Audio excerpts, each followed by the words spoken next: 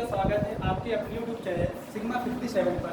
तो जैसा कि हमने कल की क्लास में डिस्कस किया था मुख्य फोकस तल, तो आज हम डिस्कस करने वाले हैं फोकस दूरी और फोकस तल के बारे में। तो आज का हमारा टॉपिक है फोकस दूरी, साथ में हमारा टॉपिक है फोकस दूरी। फोकस दूरी, फोकस दूरी, फोकल लेंथ, फोकल लेंथ क्या होती है? फोकस दूरी, फोकल लेंथ। तो भैया कुछ नहीं है, दर्पण के ध्रुव से मुख्य फोकस के बीच की दूरी फोकस दूरी कहलाती है। क्या है? दर्पण के ध्रुव P से मुख्य फोकस F के बीच की दूरी फोकस दूरी कहलाती है। तो लिख लेते हैं, क्या लिखेंगे? दर्पण के ध्रुव P से, दर्पण के ध्रुव P से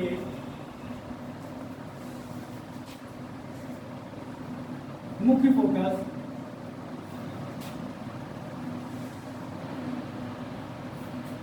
F के बीच की दूरी, F के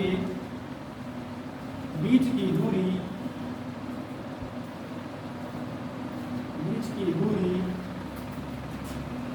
फोकस दूरी कहलाती है। फोकस दूरी कहलाती है।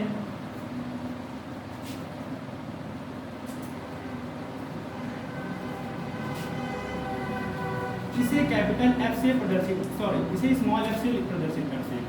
इसे स्मॉल f से प्रदर्शित करते हैं। क्या है हमारी फोकस दूरी? कि दर्पण के ध्रुव से मुख्य फोकस F के बीच की दूरी फोकस दूरी कहलाती है। अब जरा आप ध्यान से देखिए, एक परपेंडिकुलर पड़ा हुआ है यहाँ पे, ये नॉर्मल एंड पड़ा हुआ है, इस पे मुख्य फोकस है। देखिए मुख्य फोकस से जाता हुआ एक परपेंडिकुलर है, इसे हम बोलते हैं फोकस तल। तो अगली हेडिंग डाल लेंगे फोकस तल, फोकल प्लेन।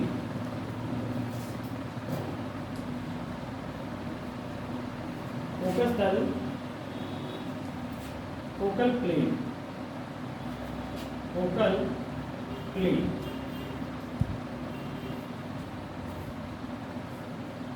क्या है हमारा फोकस तल, फोकल प्लेन? तो समझने की कोशिश कीजिएगा कि मुख्य फोकस से जाने वाले लंब को, ये देखिए लंब दिख रहा है ना, मुख्य फोकस से जाने वाले लंब को फोकस तल कहते हैं। क्या कहते हैं? फोकस तल कहते हैं। तो मुख्य फोकस से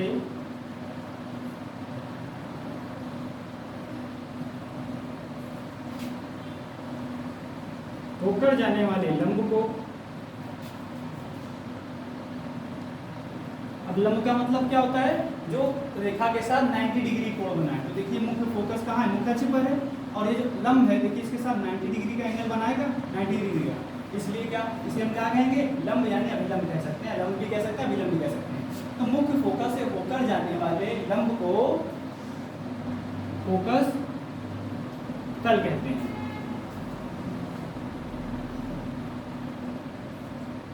लंब को फोकस तल कहते हैं। फोकस तल कहते हैं। एक बार फिर देख लेते हैं, क्या है फोकस दूरी? कि दर्पण के ध्रुव P से, दर्पण के ध्रुव P से मुख्य फोकस F के बीच की दूरी फोकस दूरी कहलाती है। इसे स्मॉल f से प्रदर्शित करते हैं। फिर फोकस तल बताया, तो फोकस तल क्या है? मुख्य फोकस से होकर जाने वाले, मुख्य फोकस से होकर जाने वाले लंब को क्या कहते हैं? फोकस तल कहते हैं। मुख्य फोकस से होकर जाने वाले लंब को फोकस तल कहते हैं। तो अब हमारी हेडिंग है प्रतिबिंब, इमेज। क्या होता है प्रतिबिंब?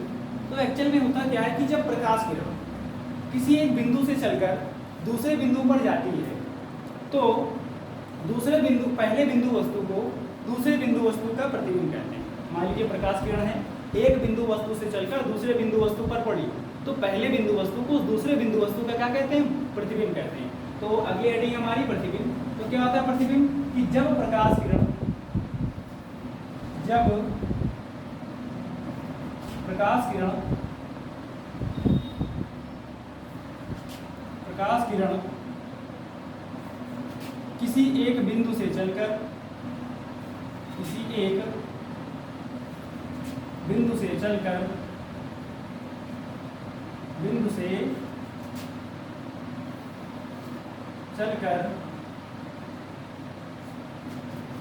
दूसरे बिंदु पर पड़ती है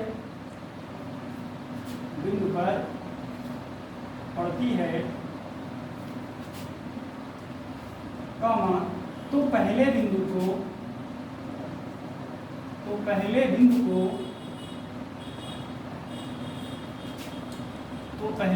को दूसरे बिंदु का प्रतिबिंब कहते हैं।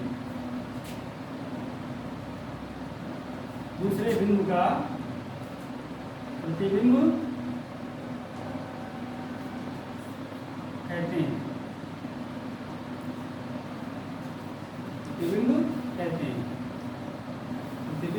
कहते हैं। ये मुख्यतः दो प्रकार के होते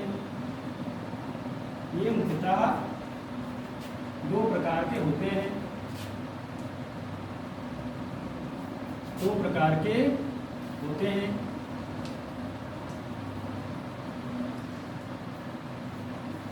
पहला होता है हमारा वास्तविक प्रतिबिंब।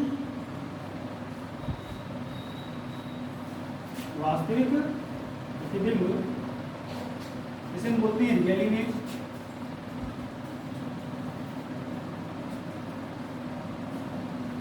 और दूसरा होता है हमारा आभासी प्रतिबिंब, वर्चुअल इमेज। आभासी प्रतिबिंब, वर्चुअल इमेज।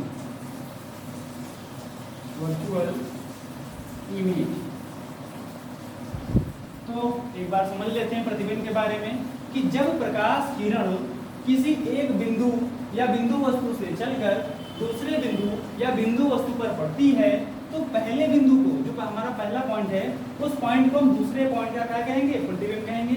और ये दो प्रकार के होते हैं, वास्तविक और आभासी। अब इसमें मैं आपको समझा देता हूँ, बता देता हूँ, आप लोग लिख लीजिएगा कि वास्तविक प्रतिबिंब क्या होता है। डेफिनेशन हमारी इसी से बनने वाली है और कहीं से नहीं। होता क्या है कि जब प्रकाश किरण एक बिंदु से चलकर दूसरे बिंदु पर रियल में मिले, वास्तव में मिले, तो वहाँ पर कैसा प्रतिबिंब बनेगा? वास्तविक प्रतिबिंब। और जहाँ पर एक्चुअल में ना मिले, रियल रूप से मतलब वास्तव में ना मिले, वहाँ पर कैसा प्रतिबिंब बनेगा? हमारा आभासी प्रतिबिंब बनेगा। तो आप लोग इसकी डेफिनेशन लिख लीजिएगा, मैं बोल देता हूँ। वास्तविक प्रतिबिंब, रियल इमेज क्या है कि जब प्रकाश किरण किसी एक बिंदु से चलकर दूसरे बिंदु पर वास्तव में मिले, तब पहले बिंदु को या बिंदु वस्तु को दूसरे बिंदु वस्तु का वास्तविक प्रतिबिंब कहते हैं। आया समझ में आप सभी को? उसके बाद हमारा है आभासी प्रतिबिंब। तो आप क्या लिखेंगे कि जब प्रकाश किरण किसी एक बिंदु वस्तु से चलकर दूसरे बिंदु वस्तु पर वास्तव में ना मिले, तब इस प्रकार बने प्रतिबिंब को आभासी प्रतिबिंब कहते हैं। तो आज की क्लास में हमने क्या क्या डिस्कस किया? दर्पण से संबंधित, गोली दर्पण से संबंधित कुछ परिभाषाएं डिस्कस की और प्रतिबिंब डिस्कस किया। तो मैं आप सभी को ये आश्वासन दिलाना चाहता हूँ, आप सभी से प्रॉमिस करना चाहता हूँ कि आपको हमारे चैनल पे इसी तरह सारी वीडियोस टाइम पे मिलेंगी। हाँ, कभी कभी कोई प्रॉब्लम आ जाती है जिस वजह से आपको वीडियोस टाइम पे नहीं मिलती है, लेकिन आशा करता हूँ कि आप सभी हमारे चैनल पे बने रहें, जिससे आप सभी को वीडियोस प्रोवाइड की जाएंगी और बोर्ड एग्जाम के पहले मैं आपका सारा सिलेबस खत्म कर दूँगा। धन्यवाद।